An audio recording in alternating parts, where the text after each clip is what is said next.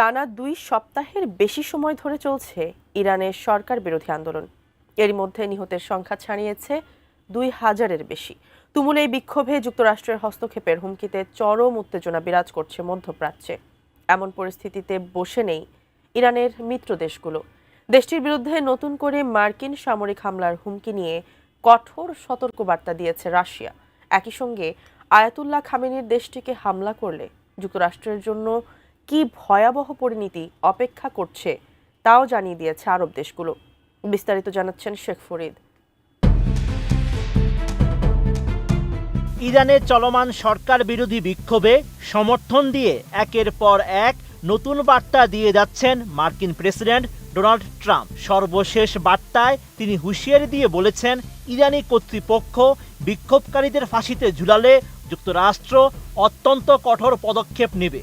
তার মতে ইরানে যে কোনো মুহূর্তে হামলা চালাতে পারে মার্কিন বাহিনী। আমি বুঝি নির্মাণের শিল্প, সালাম স্টিল বোঝে ডিউরেবিলিটি। সালাম স্টিল, মোস্ট ডিউরেবল স্টিল।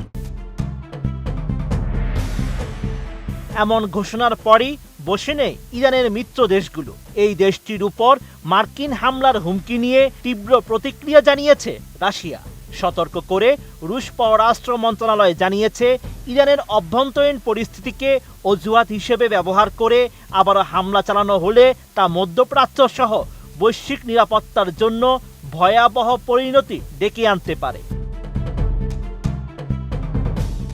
এছাড়া যুক্তরাষ্ট্রের অবস্থানের তীব্র সমালোচনা করে রুশ পররাষ্ট্র মন্ত্রণালয়ের মুখপাত্র মারিয়া জাখারোভা জানান, ইরানে নতুন মার্কিন সামরিক হামলার হুমকি সম্পূর্ণরূপে অগ্রহণযোগ্য। এই ধরনের পদক্ষেপ গোটা মধ্যপ্রাচ্য অঞ্চলকে আরও অস্থিতিশীল করে তুলবে এবং আন্তর্জাতিক নিরাপত্তার উপর মারাত্মক প্রভাব ফেলবে। ইরানে সামরিক হামলা চালানো থেকে যুক্তরাষ্ট্রকে বিরত রাখতে চেষ্টা অব্যাহত রেখেছে কয়েকটি আরব দেশ। এই উদ্যোগে সৌদি আরবের সঙ্গে যুক্ত হয়েছে কাতার ও ওমান।